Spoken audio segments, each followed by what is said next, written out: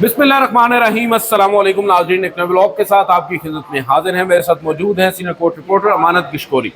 नाज़रीन, आज के इस व्लॉग में हम आपके साथ 2 से 3 खबरें शेयर करेंगे। सबसे पहले आपको बताएंगे शहर इक़्तिदार में बाज़गश्त है। शहर इक़्तिदार में चेमगोइयाँ हैं। 26वीं आईनी तरमीम के कामयाब तजुर्बे के बाद अब 27वीं आईनी तरमीम की भी तैयारियाँ की जा रही हैं और वो किस कदर तबाहकुन होने जा रही है इसके ऊपर हम बात करेंगे। और एक मरतबा फिर हम देख रहे हैं कि इस्लामाबाद हाई कोर्ट के वो जजेस साहिबान जो इस वक्त ज़ेर अताब हैं, वो जजेस साहिबान जिनको इस्टेब्लिशमेंट पसंद नहीं करती, हमारे इदारे पसंद नहीं करते, उन्होंने भी एक मरतबा फिर बात करना शुरू कर दी है। उन्होंने भी आप कह सकते हैं तवील अरसा के बाद खामोशी तोड़ी है। 26वीं आईनी तरमीम को भी आड़े हाथों लिया है। ट्विटर के ऊपर पाबंदी पर भी तबसरे किए हैं। ये बड़ा इंटरेस्टिंग हम देख रहे हैं कि एक मरतबा फिर अदालती जो महाज है वो गर्म होता नजर आ रहा है। अदालती राहदारियों में हलचल नजर आ रही है और फिर अदालती राहदारियों की हलचल का असर पाकिस्तान के सियासी मंजरनामे पर भी डायरेक्टली पड़ता है। आपको मालूम है इमरान खान साहब जो इस वक्त पाबंद सलासल हैं, इमरान खान साहब की भी रिहाई या इमरान खान साहब के हवाले से जो मुख्तलिफ केसेस हैं वो अदालतों में पेंडिंग है और आज कल में कुछ अहम फैसले भी मुतवक्के हैं। उस सब पर आज गुफ्तगू करेंगे। इमरान खान साहब से बैकडोर राब्ते और फिर जो हम देख रहे हैं इदारों की जानिब से एक शख्सियत को लॉन्च भी किया जाता है और ऐसे लोगों के ज़रिए इंटरव्यू करवाए जाते हैं जिससे तासुर यही बनता है कि भाई इमरान खान साहब को पैगाम दिया जा रहा है कि आप बाहर नहीं आ रहे। इस सब पर हम बात करेंगे। अमानत गिशकोरी साहब, सबसे पहले तो मुझे ये बताएं कि हम सुन तो रहे थे जब 26वीं आईनी तरमीम आई थी कि भाई अभी पिक्चर बाकी है, 27वीं आईनी तरमीम भी आना है। अब उसके ऊपर बाकायदा तौर पर और हैरान कुन तौर पर इस्लामाबाद हाई कोर्ट के वो सदर जो पाकिस्तान तहरीक इंसाफ की हिमायत से सदर मुंतखब हुए हैं वो अब 27वीं आईनी तरमीम को वेलकम भी कर रहे हैं।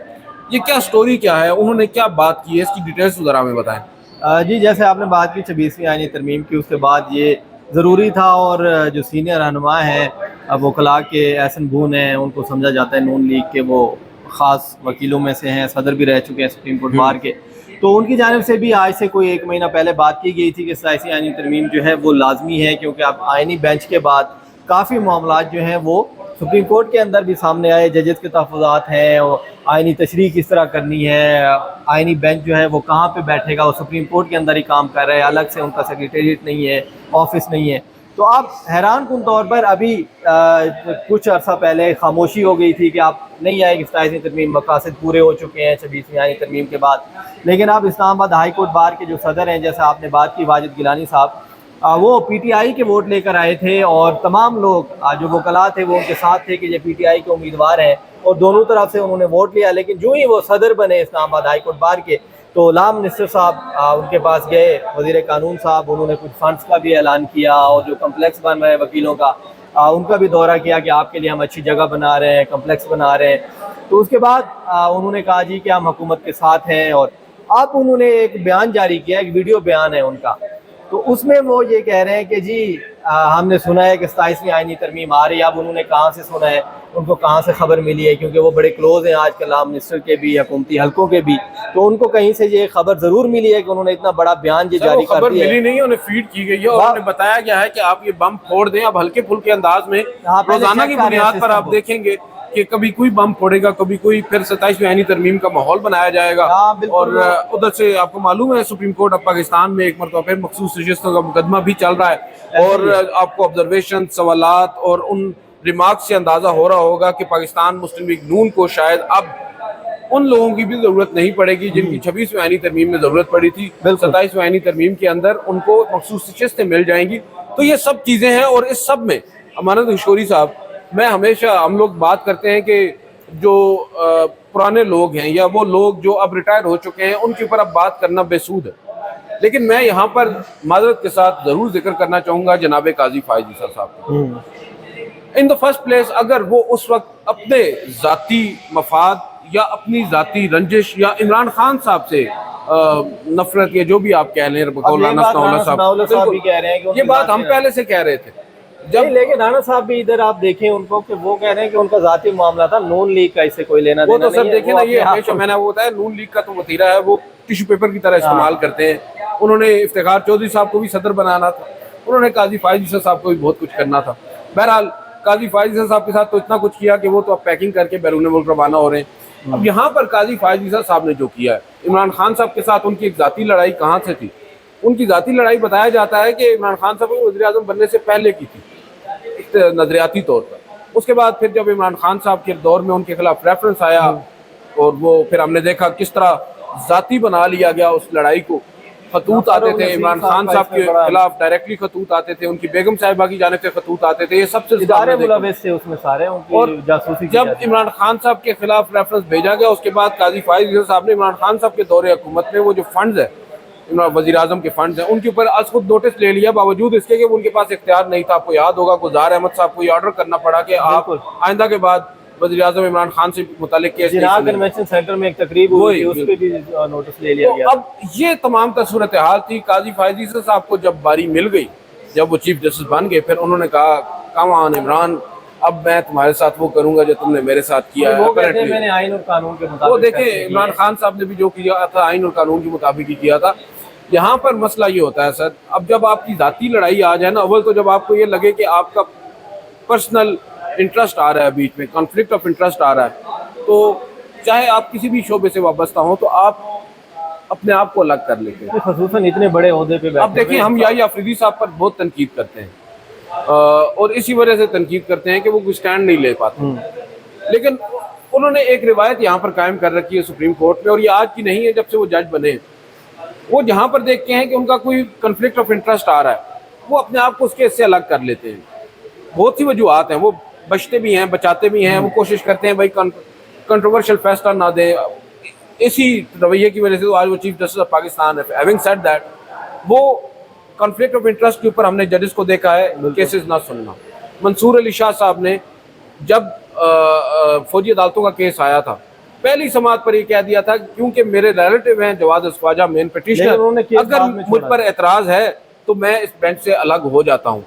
किसी ने कहा कि एतराज़ नहीं है, वो बेंच पे रहे, लेकिन उन्होंने अपनी एक बोनाफाइडी इंटेंशन शो की। काजी फायज ईसा साहब ने जब इमरान खान साहब के खिलाफ महाज गर्म कर दिया, बल्ले के निशान का फैसला दे दिया, बहुत सारे काम कर दिए, मैंने इसी जगह पे मैं खड़ा था, मेरे साथ गालिबन करामत मुगल साहब थे, तो मैंने उस ब्लॉग में एक बात की थी। मैंने कहा था मुझे ये लगता है ज़ाती तौर पर कि काजी फायज ईसा साहब को इमरान खान साहब से मुतालिक केसेस नहीं सुनने चाहिए। और उस वक्त क्योंकि प्रैक्टिस एंड प्रोसीजर कानून था, मंसूर अली शाह साहब उसमें थे, जस्टिस मुनीब अख्तर थे उस कमेटी में, मैंने कहा था मंसूर अली शाह साहब जो कि बड़े करीब हैं काजी साहब के, उनको उस वक्त चाहिए था कि वो काजी फायज ईसा साहब को उन बेंचेस में शामिल करने की मुखालफत करें जो इमरान खान साहब से बाकायदा दरखास्तें भी दायर हुई थी इमरान खान की जानिब से। अब देखें काजी साहब ने बुग़्ज़ इमरान कहें या जो भी कहें, उन्होंने उनके खिलाफ तो जो फैसले किए सो किए, उन्होंने जाते जाते अपनी अदलिया का भी सत्यानाश कर दिया 26वीं आईनी तरमीम की राह हमवार करके। और 26वीं आईनी तरमीम की जो राह हमवार की है उसमें देखें 26वीं आईनी तरमीम जो आज 27वीं की बात हो रही है, उसकी वजह यह है कि 26वीं के वक्त में मौलाना फजल रहमान और मुख्तलिफ सियासी फ्रीकैन PTI वगैरह उन्होंने मुश्किल टफ टाइम दिया था गवर्नमेंट को। वो आईनी अदालत का ख्वाब, वो जजेस की रोटेशन, वो बहुत सारे पहलू थे जिनको वो शामिल नहीं कर सके थे। तो उन्होंने कहा कि चलें नेक्स्ट फेज़ में कर लेंगे। तो अब नेक्स्ट फेज़ में जो काम काजी फायज साहब ने किया था 26वीं आईनी तरमीम को कामयाब बनाने में, वो अल्हम्दुलिल्लाह हमारा आईनी बेंच कर रहा है। मखसूस नशिस्तें जब मिल जाएंगी नून लीग को तो वो 26वीं के बाद 27वीं आईनी तरमीम भी आ जाएगी। और फिर जो आज रही सही, बल्कि आज भी कुछ नहीं है, लेकिन जो थोड़ी बहुत हम कहते हैं कि अदलिया है, वो अदलिया भी नहीं रहेगी। इसके अलावा फिर हम देख रहे हैं कि अब इस्लामाबाद हाई कोर्ट से भी आवाज़ें आ रही हैं 26वीं आईनी तरमीम के ऊपर।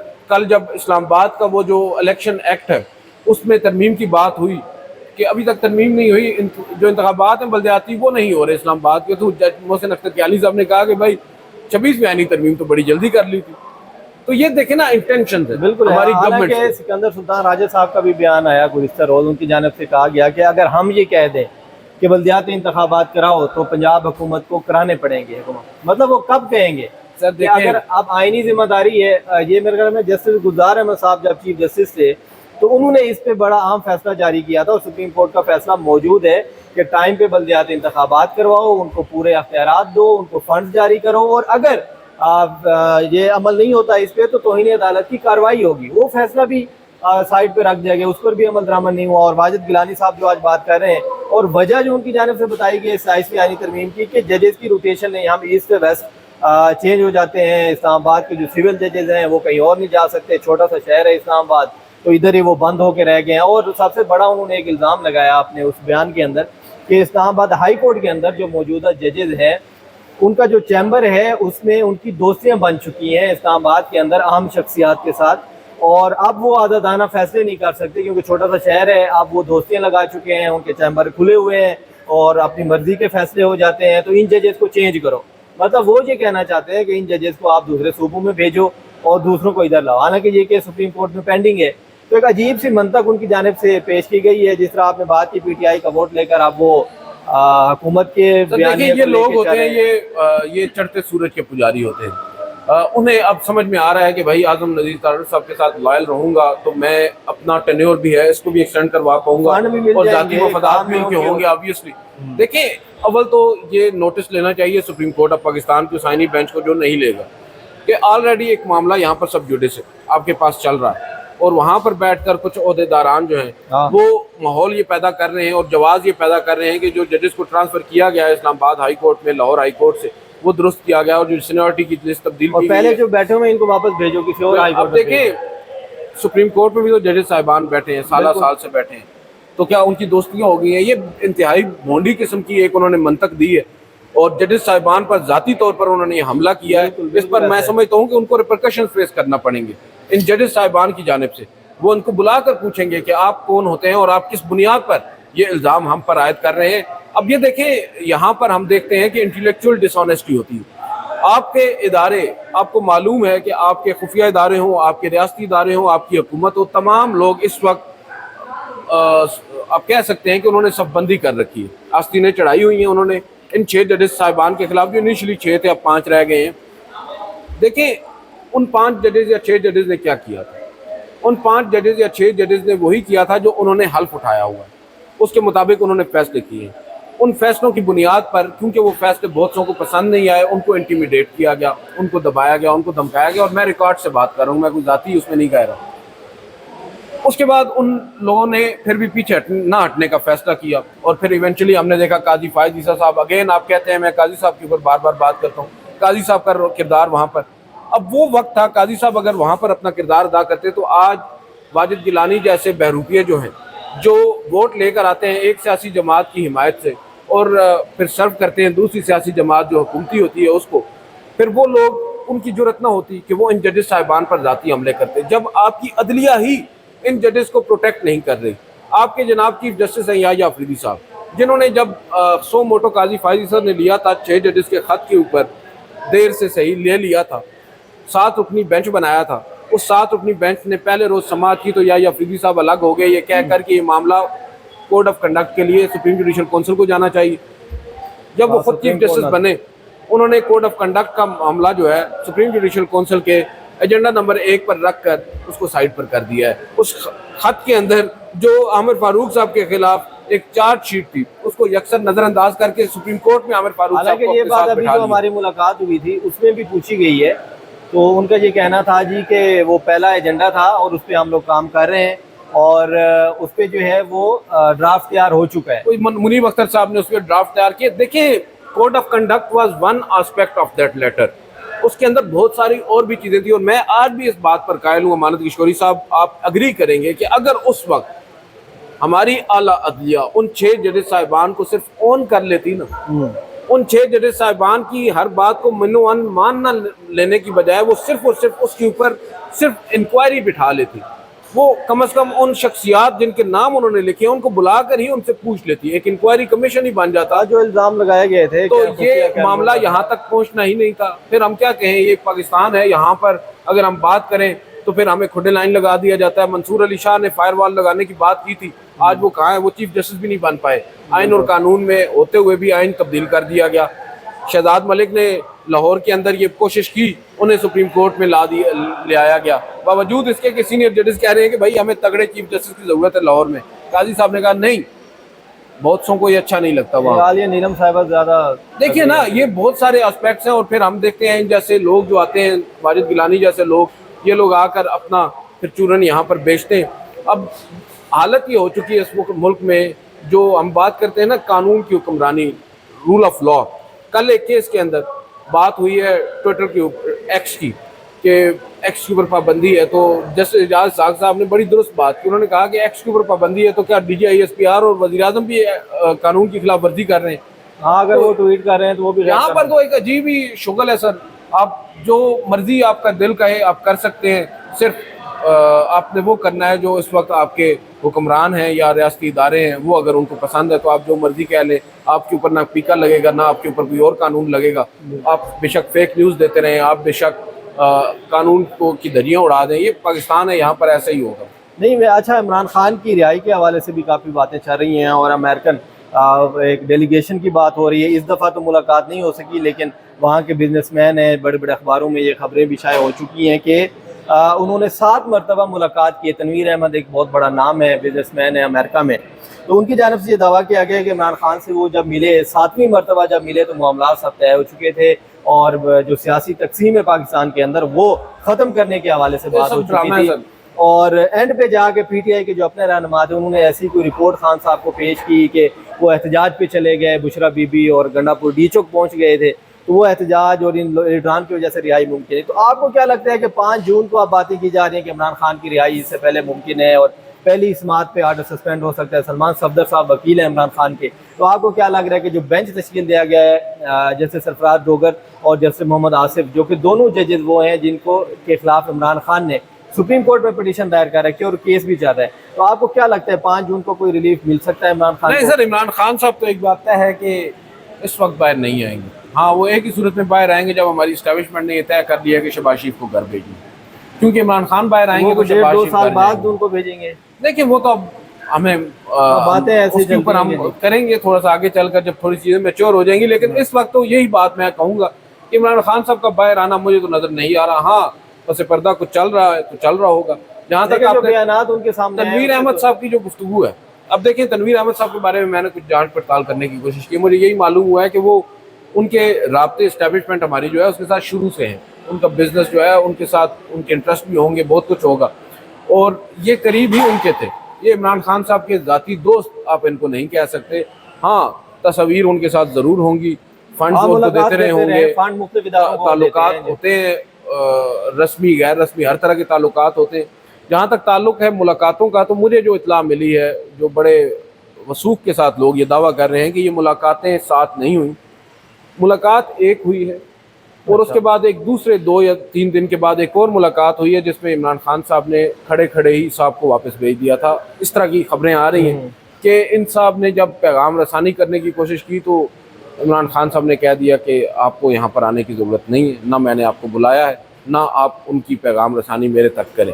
تو یہ مجھے لگتا ہے جو ہمیں انفارمیشن ملی ہے، اور یہ اب جو کہانیاں ہیں یہ گھڑی جا رہی ہیں کیونکہ مکس کیا جا رہا ہے. جو یہ پرٹیکولر شخص ہیں ان کی تو یہی بتایا جا رہا ہے کہ 2 ملاقاتیں ہوئی ہیں. جو دیگر ملاقاتیں ہوئی ہیں وہ ان کی نہیں ہوئی، وہ ایک ڈیلیگیشن اور تھا جو آیا تھا. ان کے اندر دیکھیں بہت سارے اسپیکٹس ہیں اور کوششیں ہر دور میں ہوتی ہیں. اگلے دن میں متی اللہ جان صاحب سے بات کر رہا تھا، انہوں نے یہ بات کی کہ یہ ہو ہی نہیں سکتا کہ عمران خان صاحب کے ساتھ ملاقاتیں نہ ہو رہی ہوں، بیک ڈور رابطے نہ ہوں. یہ ہمیشہ ہوتا ہے. اور پی ٹی آئی میں اور دیگر سیاسی جماعتوں میں فرق یہ ہے کہ پی ٹی آئی کے اندر جو کچھ بھی ہوتا ہے وہ سامنے آ جاتا ہے، اور شاید بہت سے لوگ سمجھتے ہیں کہ یہی وجہ ہے کہ چیزیں پھر میچور نہیں ہو پاتی.